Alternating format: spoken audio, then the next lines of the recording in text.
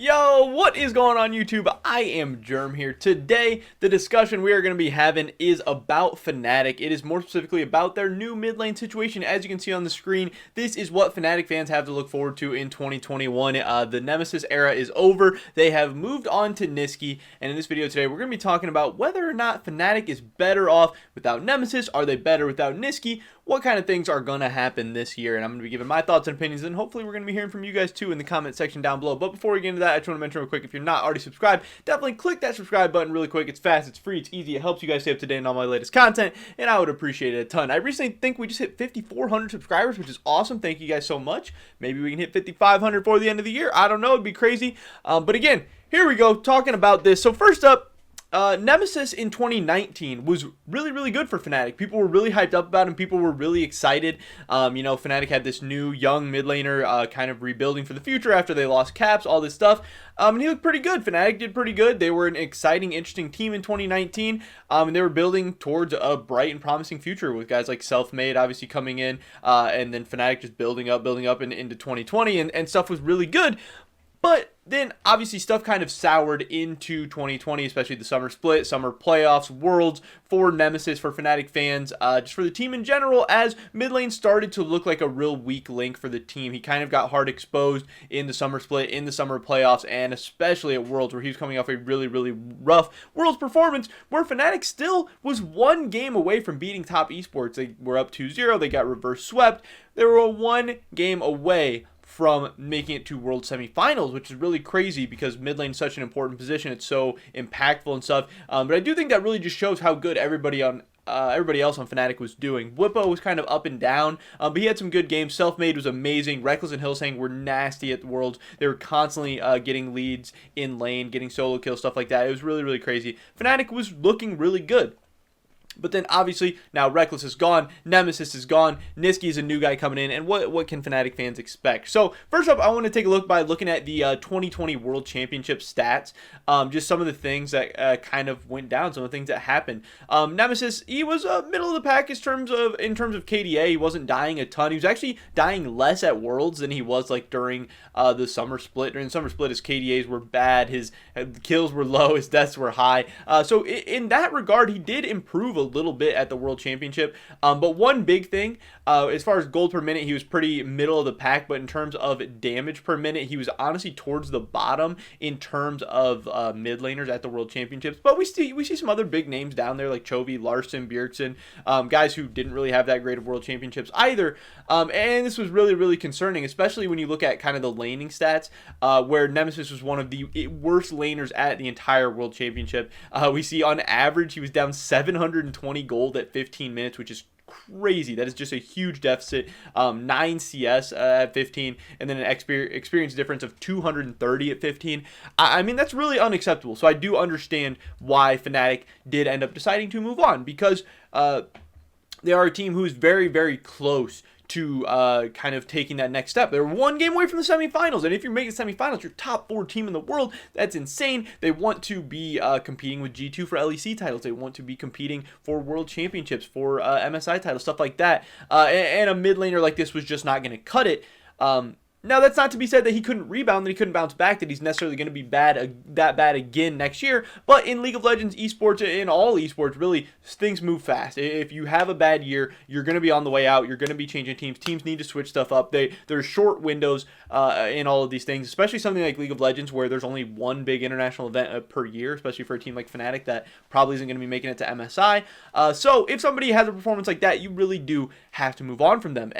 And I think most people understand that. And you have Nizqy coming in, and a lot of people are excited about him, saying, oh, Nizqy, one of my favorite things that like Nizqy fans are saying is that, oh, he's always been a top 4 mid in the NA and EU. It's like, what does being a top 4 mid in North America mean? North America has only had 3 good mid laners historically. There's Power Evil, there's Jensen, and there's Bjergsen. Other than that, who's next? Demonte, Pobelter? Like, I think it's a bad argument saying that Nizqy was a top 4 mid laner in North America. Mid lane is by far the most disgustingly weak position in North America. And Obviously, Nizqy did not make it to the 2020 World Championships, which is another thing. You know, he didn't really perform that well in the summer split either. He obviously didn't even get his team to the World Championship, and it's not like the Cloud9 roster was not talented enough to beat teams like the TSM team from last year or the FlyQuest team from last year, which is really weird. So there is some definite question marks I have about Nizqy coming in. When we take a look at his most recent World performance,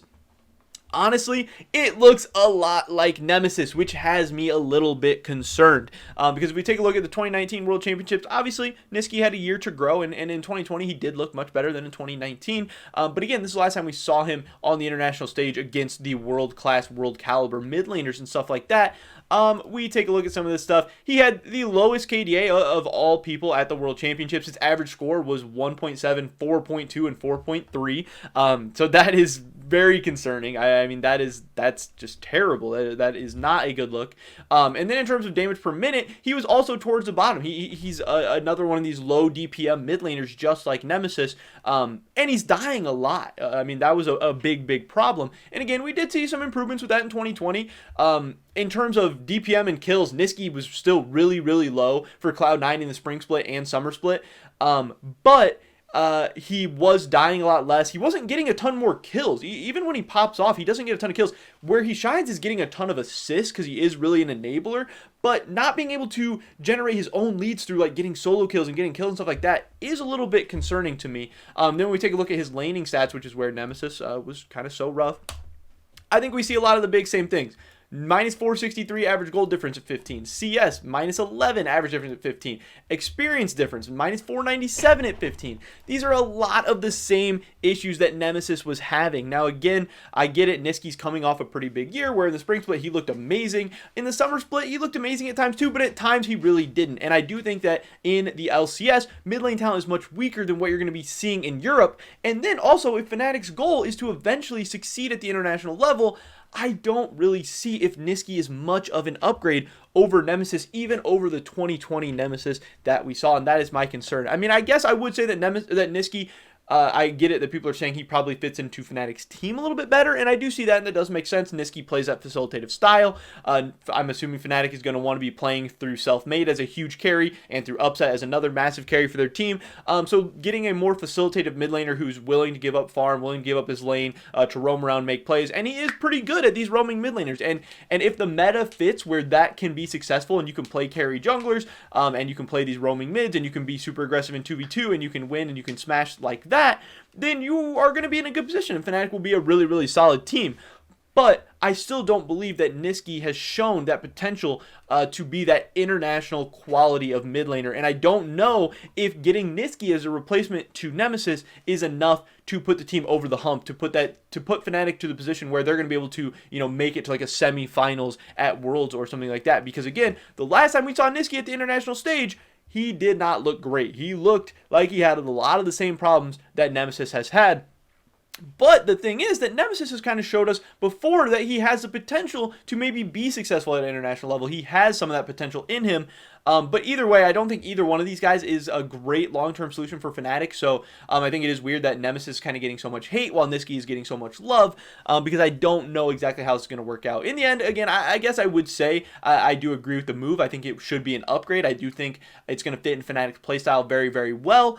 But again, against top tier quality talent, against the best of the best in the league, in mid lane, in the world, I do think it's going to be really rough. And also, obviously, Fnatic losing Reckless does make some of these comparisons kind of unfair because Reckless and Upset are going to be two big players kind of moving between this roster. But yeah, I mean, this is a big year, big opportunity for Fnatic where Hylissang signed a 1-year deal. If Fnatic doesn't do it this year, if they aren't able to pop off, they could end up having to get put into a rebuilding mode because if Hylissang leaves after this year, if things don't go well, then, you know, Bwipo might be looking to leave too. I know Bwipo and Hylissang are always kind of linked together. If that happens, Self-Made could be on the move next. If Fnatic starts to fall apart and they're not looking like a top team anymore, Self-Made might be looking to move on to you know, the next big opportunity for him. And Fnatic could be left in a really tough position. So this is a big year for them. They need to go out and make a big splash so they can convince these guys like Bwipo, like Hylissang, like Self-Made, that this is the team to be on for the future. And I'm just a little bit worried for them. Again, I get why people are saying, oh, Nizqy's always been a top 4 mid when he's played in EU and when he's played in NA. But, like, in the LCS, that literally means nothing. That does not mean anything. In the spring, he may have been the best mid laner. He might have looked great, but in the summer, he was not that. And the meta was just very, very different, and things changed. And also, last year was so crazy with the pandemic happening in the middle of the season, all that going on. And he played on an absolutely stacked roster with Cloud9. You know, in the spring split, North America was not that talented. They did not have that many good teams, especially with Team Liquid looking as poor as they did. TSM was an absolute mess. You know, there was not a lot of good teams, and that's when Cloud9 shined. That's when Nizqy shined. I think he looked his best at a really weak low point for not only the LCS but for mid lane talent in the league. So I do definitely have some question marks. I think the LEC is an absolute gauntlet for mid laners. It's going to be tough. And yes, he can perform, and he is going to have some good games, and he's going to look good. Because, again, Fnatic is going to be one of the better teams in the LEC. And, again, having a great team around you makes you look better. It does make you perform better. He will look good, and he is definitely solid.